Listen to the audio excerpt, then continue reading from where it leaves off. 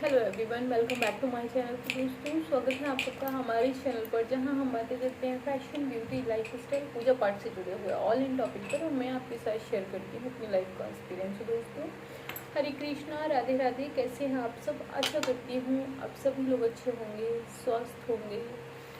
और आज का वीडियो जो है वो एक रिक्वेस्टेड वीडियो है। जब मेरा ऑपरेशन हो रहा था उस समय ये मेरे पास रिक्वेस्ट आई थी किसी की, और इनफैक्ट मैं भी इस पर आप लोगों से डिस्कस करना चाह रही थी, लेकिन क्योंकि अब समय का अभाव रहता है तो हर चीज़ डिस्कस नहीं हो पाती। ये बड़ी प्रॉब्लम है मेरे साथ। तो चलिए हम इस वीडियो में डिस्कस कर लेते हैं। तो किसी का मेरे पास कमेंट आया था कि दीदी, हम पूजा में जयकारे लगाते समय ऐसे हाथ क्यों उठाते हैं ऊपर की तरफ?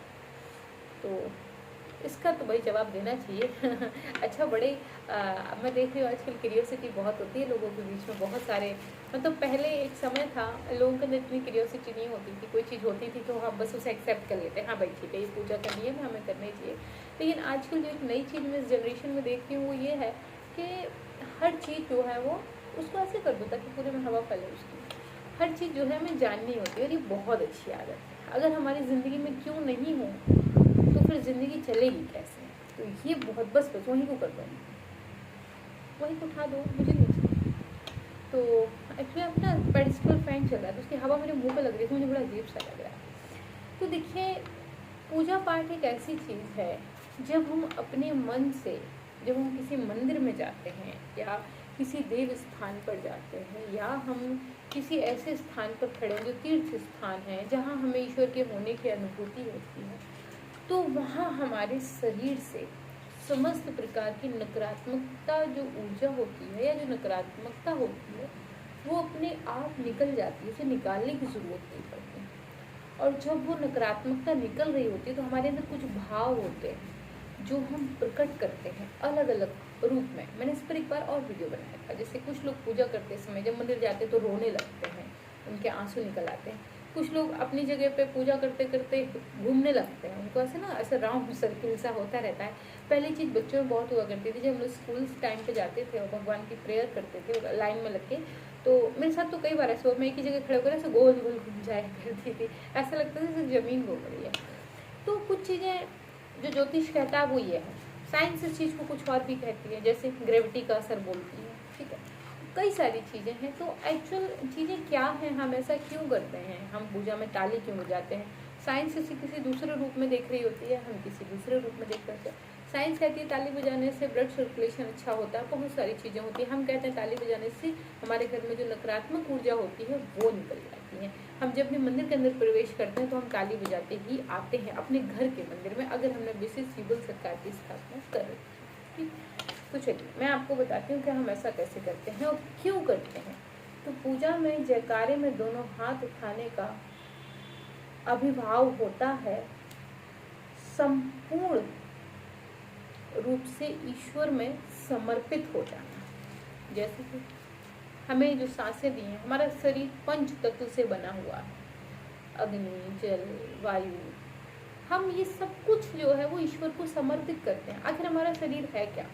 ईश्वर की बनाई हुई तो संरचना है, और ईश्वर की दी हुई सांसें हैं। जब तक ईश्वर चाहेगा तभी तक हमारी सांसें चलेंगी।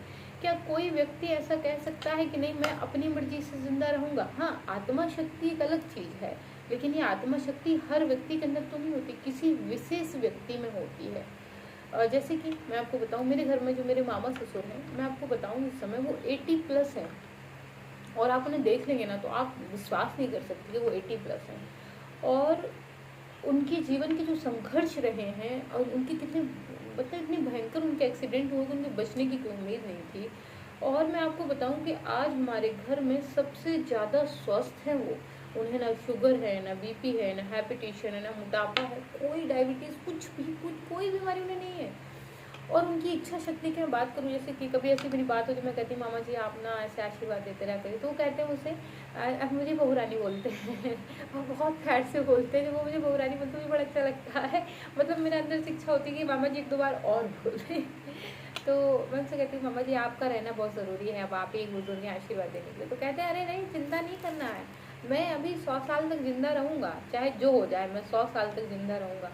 और जो हमारे योग गुरु हैं पूज्य श्री रामदेव जी, उन्हें वो कभी भी, मतलब जब उनको अनाउंस करते हैं, उनका नाम प्रोनाउंस करते हैं एक तरीके से, तो कहते हैं कि स्वामी रामदेव जी तो योगा करने के लिए वो बहुत आतुर रहते हैं, और मैं आपको बताऊँ सुबह बहुत एक्सरसाइज करते हैं, शाम को बहुत एक्सरसाइज करते हैं।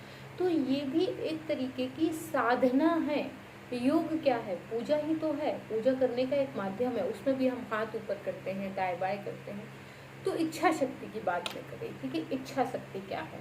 हमारा सब कुछ ईश्वर का ही है, हमें जो सांसें मिली हैं वो ईश्वर को ही देन है, और हम अपना सब कुछ ईश्वर को ही समर्पित करते हैं। और जब हम सब कुछ अपना ईश्वर को समर्पित कर देते हैं तो हमारे अंदर से घमंड का भाव खत्म हो जाता है। जैसे जब हम ऐसे रहते हैं तो हमारा एक अलग एटीट्यूड होता है, जब हम ऐसे रहते हैं तो हमारा अलग एटीट्यूड होता है, जब हम ऐसे होते हैं तो हमारा अलग एटीट्यूड होता है। लेकिन जब हमारे हाथ पैर सब अपनी अपनी दिशाओं में खुले होते हैं तो ये दर्शाता है कि हमारा कुछ भी नहीं है, सब कुछ हमने छोड़ रखा है।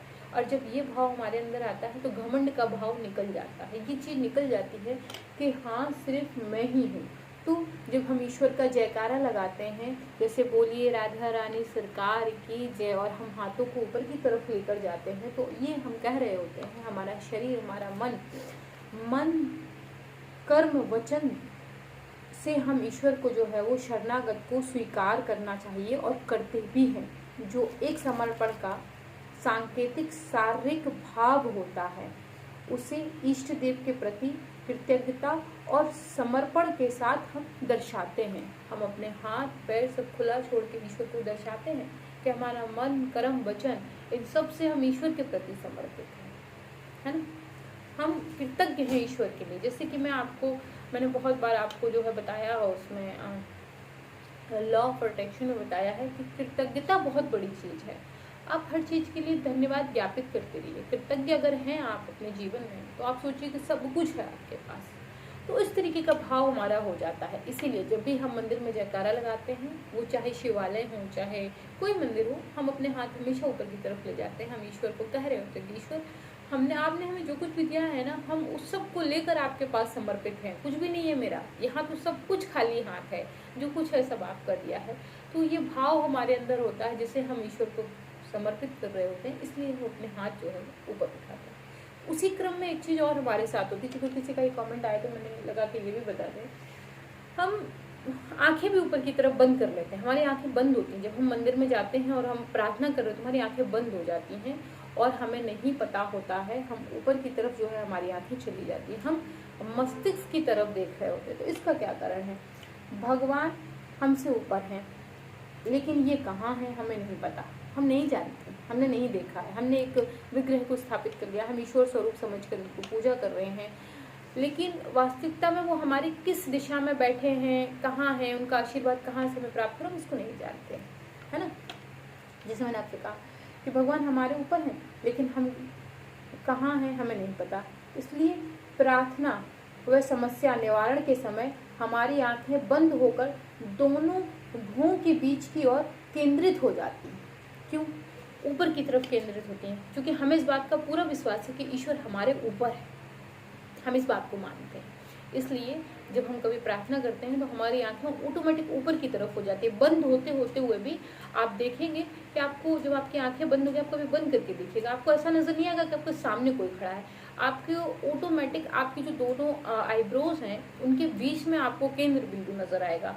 इसे विज्ञान और भी चीज़ें कहता है, इसे ज्योतिष और भी चीज़ें कहता है। यहाँ से हमारी कुंडलिनी जागरण भी हो सकती है, बहुत सारी चीज़ें हैं वगैरह वगैरह, हम बहुत डीप में नहीं जाते, लेकिन मैं आपको बहुत बेसिक में बता रही हूँ कि हम कभी जब ऊपर वाले को याद करते हैं, ईश्वर से हम प्रार्थना करते हैं, हमारे मुंह से अक्सर निकलता है कि जो है ऊपर वाला है। हमें ये पता है कि हमारे ऊपर कोई है, ये बात हमारा मन जानता है, हमारा सबकॉन्शियस माइंड जानता है। तो हम जब भी प्रार्थना कर रहे होते हैं हमारी आंखें ऑटोमेटिक ऊपर को चली जाती हैं, क्योंकि हमें पता है ईश्वर जो है वो हमारे ऊपर है। तो आपको कहने की ज़रूरत नहीं पड़ती, आपके शरीर को पता है कि उसे क्या करना है, आपकी आत्मा को पता है कि उसे कहाँ समर्पित होना है और कहाँ समर्पित नहीं होना है। इसलिए बहुत सारे लोग कहते हैं ना कि यार ये गलत काम करने के लिए ना मेरी आत्मा गवाही नहीं दे रही, क्योंकि उसकी आत्मा को पता है कि सही क्या है गलत क्या है। कभी कभी ऐसा भी होता है कि हमारे बहुत सारे लोग हमारे साथ बैठे होते हैं, हमें पता होता है कि कौन सा व्यक्ति हमारे साथ चीटिंग कर सकता है, कौन सा व्यक्ति हमारे साथ जो है वो चाहे जो हो जाए वो चीटिंग नहीं कर सकता,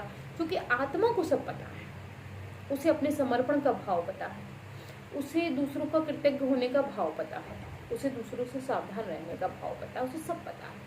इसलिए जब हम पूजा पाठ करते हैं तो अपने हाथों को ऊपर उठाते हैं जयकारे लगाते समय। तो ये वीडियो इनफैक्ट काफ़ी डीप में चली गई, इतना डीप में मैं जाने का सोच नहीं रही थी। तो दोस्तों आशा करती हूँ वीडियो आपको पसंद आई होगी। अगर वीडियो पसंद आई है तो मेक श्योर वीडियो को लाइक करिए, चैनल को सब्सक्राइब करिए, फ्रेंड एंड फैमिली के साथ शेयर करना तो भाई बिल्कुल मत भूलिएगा। मैं मिलती हूँ विद अ न्यू वीडियो, तब तक के लिए Hare Krishna, Radhe Radhe and bye bye.